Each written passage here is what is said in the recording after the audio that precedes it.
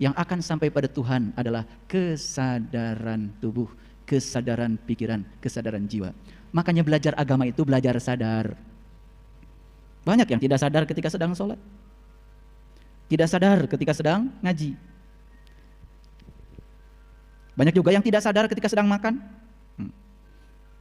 Makanya banyak orang-orang bijak hanya mengajarkan kesadaran dalam hidup ini.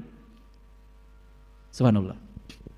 Makanya Nabi Muhammad bertemu dengan Tuhan bukan di sebuah tempat.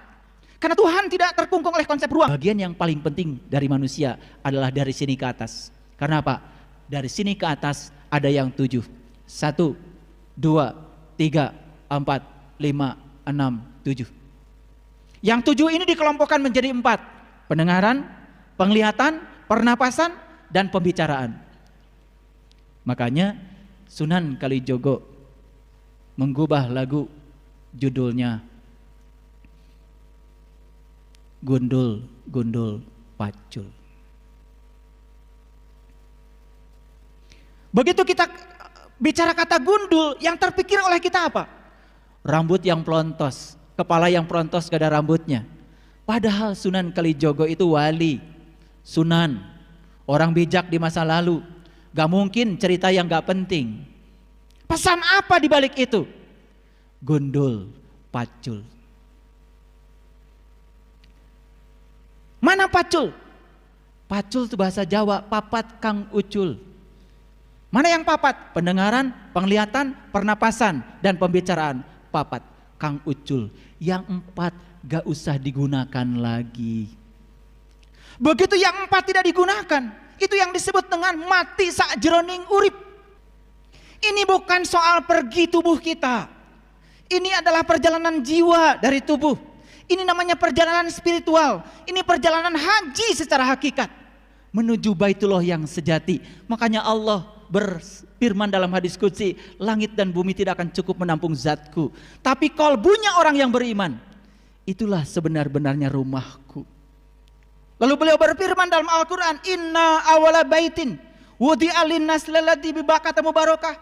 Rumah pertama yang aku bangun untuk manusia adalah Bakah al-Mubarakah.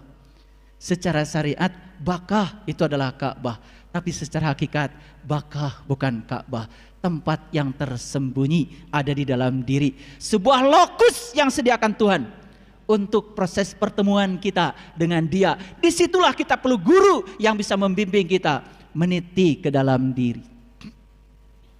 Makanya dalam Quran surat Al-Kahfi ayat yang ke-17 Allah berfirman, Mayahdillahu falamud wa mayahdillahu fahuwal muhtadi wa mayudlil falan tajidalahu waliya mursidan. Mayahdillahu fahuwal muhtadi, barang siapa yang dikehendaki Allah mendapatkan petunjuk, pasti akan mendapatkan seorang penunjuk jalan. Tapi barang siapa yang tidak dikehendaki Allah untuk mendapatkan petunjuk, sampai mati tidak akan bertemu dengan seorang walian mursidan. Wali itu teman, mursid itu guru. Teman yang bisa dijadikan guru, yang bisa membimbing kita meniti ke dalam diri, menemukan jawaban atas pertanyaan, siapa diri saya, dari mana saya asal, dan kemana saya akan pulang. Dan pertanyaan itu pertanyaan abadi yang harus kita cari jawabannya sekarang. Sekarang, bukan nanti. Salat itu di dunia, salat itu mengingat Allah. Bagaimana kita bisa mengingat Dia kalau kita belum tahu dan kenal kepada Dia? Itu sebabnya kata liko dalam Quran, liko. Susah cari terjemahnya dalam bahasa Indonesia, kecuali satu dalam bahasa Arab. Liko artinya jumpa. Suka atau tidak suka, kata liko harus diterjemahkan jumpa. Proses perjumpaan dimensinya seperti apa? Saya tidak bisa menjelaskan, karena itu harus dialami langsung oleh yang bersangkutan. Karena spiritualitas tidak bisa diwakilkan. Ada seorang murid bertanya pada guru, "Guru, tolong jelaskan padaku bagaimana engkau berjumpa dengan Tuhan?" Apa kata guru yang bijaksana? Silakan berdiri, nak. Kamu pergi ke toilet. Tolong wakili, saya mau kencing. Apa jawaban murid itu? Guru, bagaimana mungkin saya bisa mewakili guru kencing? Karena kencing itu urusan sendiri-sendiri. Kencing saja urusan sendiri-sendiri dan tidak bisa diwakilkan. Hal yang sangat sepele. Bagaimana mungkin pertemuan dengan Tuhan bisa diwakilkan dan dijelaskan? Kamu hanya akan bisa merasakan sendiri saat kamu punya keinginan untuk menjumpainya. Makanya di Quran surat Al-Ankabut, surat Al-Ankabut ayat yang kelima, Allah berfirman, "Man kana yarju liqa Allah fa inna ajalallahu la'at." Barang siapa yang berharap jumpa dengan Allah, pasti saatnya akan tiba.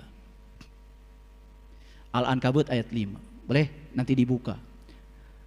Man kana yarju liqa Allah fa inna ajalallahu la'at.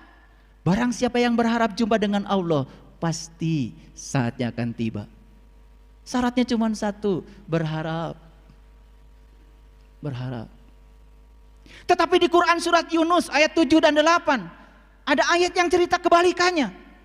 Innal ladzina la yarju liqa'ana waradu bil hayati dunya wajma'annu biha walladzina hum an ayatina ghafilun ulaika ma'wahumun nar bima kanu yaksibun. Innal ladzina la yarju liqa'ana, dan orang-orang yang tidak berharap jumpa denganku, kata Allah. Waradu bil hayati dunya, terlalu sibuk ngurusi dunia. Wajma'annu biha, bahkan dunia sudah menenteramkan dia, sudah sampai di zona nyaman dengan dunianya. Walladzina hum an ayatina ghafilun, dan orang-orang itu cenderung melalaikan tanda-tandaku. Ulaika ma'wahumun nar bima kanu yaksibun, pasti sengsara disebabkan apa yang dia perbuat. Jadi Quran cuma cerita dua, yang berharap pasti, yang tidak berharap juga tidak akan dihukum. Silakan mengambil risiko dari pilihan. Makanya di dalam Quran surat Al-Baqarah ayat 45, 46 dan seterusnya, Allah berfirman, wasta'inu bisabri wassalah wa innaha lakabiratun illa 'alal khashiin. Minta tolonglah kepada Allah dengan sabar dan salat, dan itu amat sulit kecuali bagi orang-orang yang khusyuk. Siapa orang yang khusyuk? Penjelasan ayat berikutnya, alladzina yadunnuna annahum mulaqu rabbihim wa annahum ilaihi rajiun. Orang yang khusyuk adalah orang yang yakin bahwa dia akan jumpa dengan Tuhannya. Jadi khusyuk itu harus diawali dengan proses perjumpaan. Perjumpaan mengantarkan pada proses pengenalan. Bagaimana mungkin kita bisa mengingat sesuatu yang kita tidak tahu? Kita hanya bisa mengingat sesuatu yang kita tahu. Makanya kita lihat cerita Nabi Musa mencari Tuhan. Itu diceritakan di banyak surat. Dan yang paling dominan itu di Quran surat Toha. Jadi kalau kita cerita dari surat Toha dari ayat 1, 2, 3 terus sampai pada puncaknya surat Toha ayat yang ke-14. Di situ Allah berfirman, innani anallah la ilaha illa anna fa'budni wa aqimis sholata li zikri. Sesungguhnya aku adalah Allah, tiada Tuhan selain aku. Sembahlah aku dan dirikanlah solat untuk mengingatku. Sembahlah aku, dirikanlah solat untuk mengingatku. Jadi kita baru dikatakan telah menyembah aku kalau selama solat yang kita ingat adalah Dia.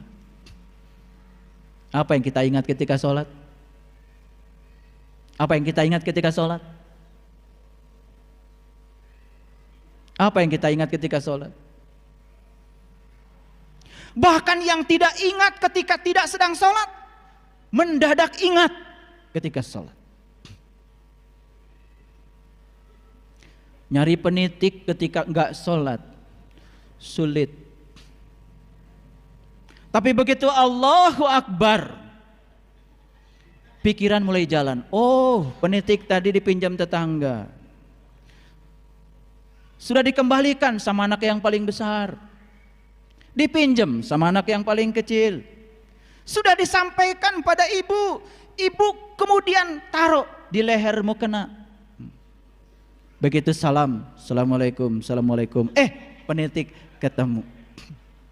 Perjalanan pikiran mencari penitik ketika sholat luar biasa. Padahal ketika tidak sholat, luar biasa susahnya. Yang tidak kita ingat ketika tidak sedang sholat, mendadak ingat ketika sholat. Siapa yang disembah? Bukankah kita sedang menyembah penitik? Fa'budni wa aqimis sholata li zikri. Sembahlah aku, dirikanlah sholat untuk mengingatku, kata Allah. Makanya coba lihat, itu surat Toha ayat 14. Itu surat Toha ayat 14 itu cerita siapa? Jujur. Menyampaikan kejujuran membuat orang menangis lebih baik daripada menyampaikan dusta membuat orang lain tersenyum.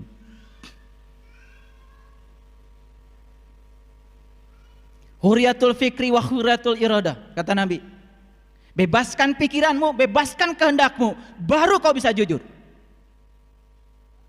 Pikiran yang sudah banyak kepentingan, kehendak yang sudah ditumpangi oleh banyak keinginan, pasti tidak jujur. Menyampaikan kejujuran terkadang membuat orang lain menangis, tapi itu lebih baik daripada menyampaikan dusta membuat orang lain tersenyum. Berat memang bicara jujur itu. Pasti akan dihantam oleh orang-orang yang tidak jujur. Jadi kata Allah di dalam Quran surat Toha, kalau kita baca dari ayat 1, ayat 2, ayat 3, ayat 4 terus sampai ayat 14. Di situ cerita siapa? Itu cerita perjalanan Nabi Musa. Nabi Musa mencari Tuhan. Maka di situ ada kata-kata, sudah sampaikah cerita Musa padamu? Cerita yang mana? Ketika Musa melihat api di lereng gunung. Lalu Musa berkata, tunggulah kalian di sini. Aku melihat api. Aku akan menghampiri api itu. Semoga aku dapat petunjuk dari api itu. Saat Musa mendekati api, kemudian api itu berkata, hai Musa, sesungguhnya aku adalah Tuhan. Jangan takut Musa, masuklah kamu ke Al-Muqaddasitua, lepas kedua terompahmu. Itu Quran. Ketika Musa melepaskan kedua terompahnya, melampaui segala dualitas dunia ini, masuk di Al-Muqaddasitua, masuk di Sidrah Al-Muntaha, di puncak kesadaran yang tertinggi. Makanya saya bilang, yang sampai kepada Tuhan bukan tubuh, bukan pikiran, bukan jiwa, tapi kesadaran tubuh, kesadaran pikiran, kesadaran jiwa. Bagaimana mungkin jiwa diantarkan pada Tuhan? Oh, jiwa sudah bersama dengan Tuhan? Bagaimana mungkin pikiran diantarkan pada Tuhan? Pikiran sendiri percikan dari kecerdasan Tuhan. Bagaimana mungkin tubuh diantarkan pada Tuhan? Tubuh sendiri bagian dari semesta, bagian dari dirinya Tuhan. Yang akan sampai pada Tuhan adalah kesadaran tubuh, kesadaran pikiran, kesadaran jiwa. Makanya belajar agama itu belajar sadar. Banyak yang tidak sadar ketika sedang sholat, tidak sadar ketika sedang ngaji. Banyak juga yang tidak sadar ketika sedang makan. Makanya banyak orang-orang bijak hanya mengajarkan kesadaran dalam hidup ini. Subhanallah. Makanya Nabi Muhammad bertemu dengan Tuhan bukan di sebuah tempat. Karena Tuhan tidak terkungkung oleh konsep ruang dan waktu. Indah Sidratil Muntaha, di puncak kesadaran yang tertinggi. Makanya tugas kita apa? Meningkatkan kesadaran demi kesadaran. Makanya cerita Mi'raj itu secara simbolik. Nabi Muhammad di langit pertama bertemu dengan Nabi Adam. Di langit yang kedua bertemu dengan Nabi Yahya. Di langit yang ketiga bertemu dengan Nabi Idris, Nabi Yusuf. Di langit yang keempat bertemu dengan Nabi Idris. Di langit yang kelima bertemu dengan Nabi Harun. Di langit yang keenam bertemu dengan Nabi Musa. Di langit yang ketujuh bertemu Nabi Ibrahim. Masuk Sidrah Al-Muntaha. Begitu kita cerita langit, yang terpikir oleh kita apa? Langit itu ruang kosong yang di sana. No. Langit dalam bahasa spiritual menceritakan lapisan-lapisan kesadaran. Di langit pertama, di kesadaran pertama maksudnya, bertemu Adam. Adam itu apa? Adam itu materi. Makanya manusia belajar semua dari materi. Materi masuk energi, Yahya energi. Masuk energi ketiga, Yusuf. Yusuf itu indah.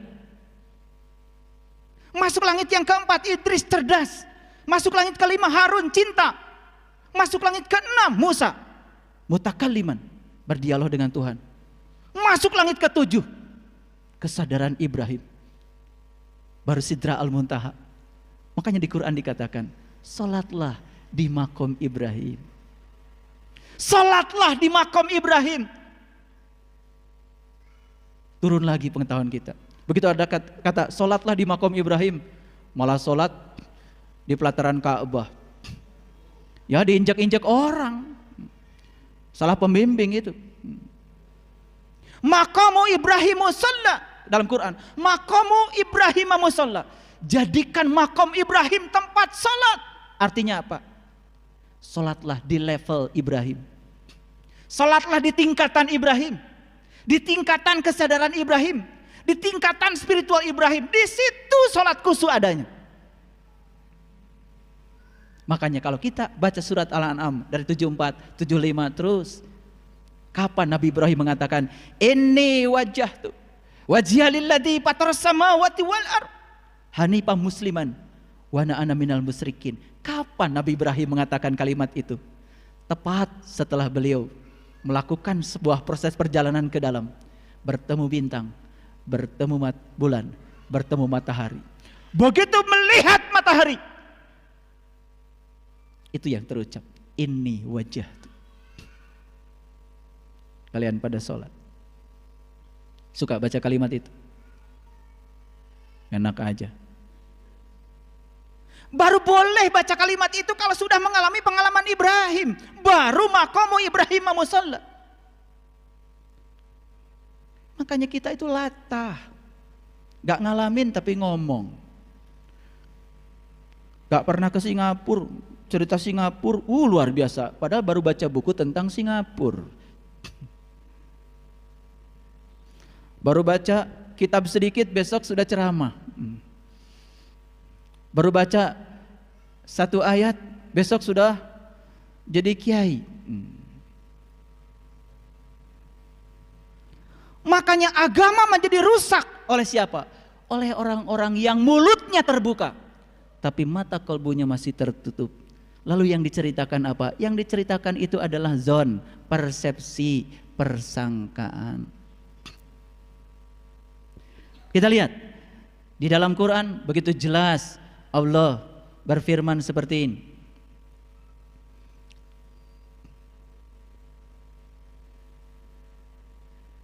Di dalam Quran surat Al-An'am ayat 116. Wa in tuti' aksaro man fil ardi yudilluka an sabilillah iyattabi'una illa dhanna wa inhum illa yakhrusun. Saya terjemahkan pelan-pelan. Wa in tuti', dan jika kamu mengikuti, menuruti, tuti' sanes tuti'. Tuti' itu bahasa Arab. Makanya bahasa Arab itu harus benar mengucapkannya. Kalau tuti' nama orang. Tapi ini dibacanya wa in tuti', dan jika kamu menuruti aksaro, kebanyakan man fil ardi, kebanyakan orang di alam semesta ini. Apa katanya? Yudilluka an sabilillah. Niscaya mereka akan menyesatkan kamu dari jalan Allah. Kalau kalian mengikuti kebanyakan orang di alam semesta ini, mereka itu akan menyesatkan kamu dari jalan Allah. Kalau gitu ngikutin yang banyak atau yang sedikit? Yang banyak aja menyesatkan, apalagi yang sedikit. Ini Quran, bahasa Quran. Jika kamu mengikuti kebanyakan orang di alam semesta ini, niscaya mereka akan menyesatkan kamu dari jalan Allah. Lalu ayat berikutnya, iyattabi'una illa dhann, karena mereka tiada lain hanya mengikuti dzon, persangkaan. Wa inhum illa yakhrusun, dan mereka tidak lain hanya berdusta. Ngomong Allah nggak tahu Allah, ngomong surga nggak tahu surga, ngomong neraka nggak tahu neraka, ngomong akhirat nggak tahu akhirat, semua dikira-kira. Itu namanya ilmu kirata, dikira-kira yang tidak nyata. Itu bahasa Qur'annya dzon.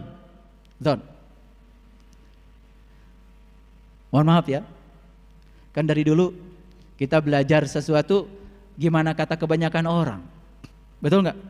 Kalau ditanya apa sih iman itu, jawabannya iman kan percaya. Coba kumpulkan 100 orang di riset, ditanya iman itu apa, pasti jawabnya sama, iman itu percaya. Padahal kata Nabi, al iman tasdikun bil qalbi wa ikrarun bil lisan wal amalun bil arkan. Iman itu pembenaran oleh kalbu, baru diikrarkan dengan lisan, baru nyata menjadi tindakan. Iman dimulai dengan kalbu. Sekarang tanya lagi, apa itu kalbu? Kata Allah dalam hadis qudsi, langit dan bumi tidak akan cukup menampung zatku, tapi kalbunya orang yang beriman, itulah sebenar-benarnya rumahku. Jadi kalau iman yang sebenarnya mulai dari kalbu.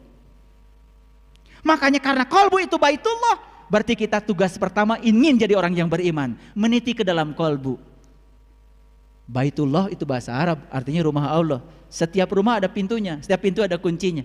Makanya ditugaskan para rasul, ditugaskan para nabi untuk menebarkan kunci, untuk membuka pintu kalbu. Kalbunya ada pada diri setiap orang. Kalau kita sudah tahu kuncinya, maka kita bisa membuka segala loker yang di dalamnya berisi rahasia tentang hidup kita. Dan ketika kita menemukan jawaban atas semua rahasia tentang hidup, tidak ada lagi musibah dalam hidup. Hidup menjadi serangkaian berkah yang luar biasa. Makanya yang datang dalam hidup selalu dua, yang satu berkah, yang satu musibah. Ada orang dapat berkah bahagia, biasa. Ada orang dapat musibah sedih, itu juga biasa. Tapi ada orang yang dapat musibah, dia ubah menjadi berkah, itu yang luar biasa. Pilih mana? Pilih berkah, pilih musibah? Kan yang luar biasa tadi, yang dapat berkah, bahagia itu biasa. Yang dapat musibah, sedih, itu biasa. Sama biasanya. Yang luar biasa siapa? Yang luar biasa tuh yang dapat musibah diubah menjadi berkah. Pilih mana? Mau jadi orang biasa atau luar biasa? Bingung ya? Bingung nggak? Supaya nggak bingung, jawabannya gini.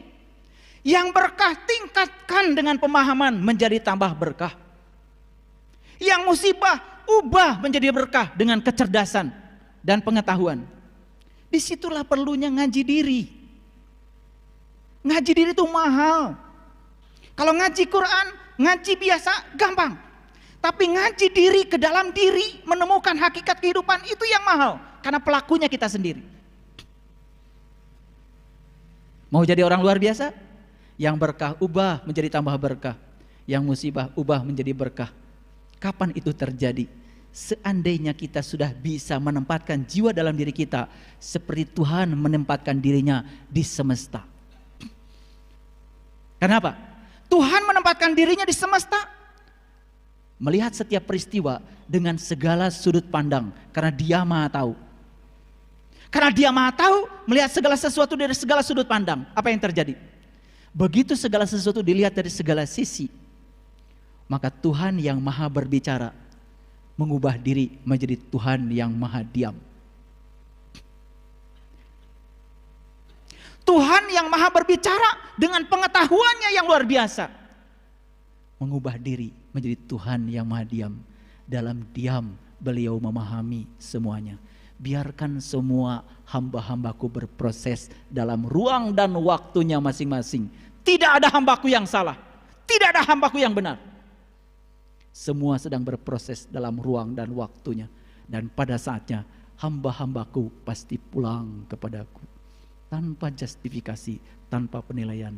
Tuhan menerima semua dengan penuh cinta dan kasih. Sudah begitu kita. Orang lain ngomong salah, langsung reaktif. Orang lain benar pun langsung reaktif disalahkan. Kerja kita cuma menilai benar salah, benar salah. Padahal lagi sholat yang dibaca Maliki Yaumiddin. Hanya Engkau yang berhak menghukum, hanya Engkau yang berhak menilai, hanya Engkau yang berhak menghakimi. Tapi kita sering mencuri haknya Tuhan. Merasa yang paling benar, merasa yang paling hebat, lalu menyatakan orang lain salah. Itulah kebiasaan buruk kita. Belum lembut. Baik, lihat lagi ayat ini. Menurut ayat ini apa pesannya? Dan jika kamu menuruti kebanyakan orang-orang yang di muka bumi ini, niscaya mereka akan menyesatkan kamu dari jalan Allah. Mereka tidak lain hanyalah mengikuti persangkaan mereka. Mereka tidak lain hanya berdusta. Banyakkah yang berdusta? Banyakkah yang meyakini sesuatu hanya dengan persepsi dan persangkaan? Tidak mengalami tapi cerita.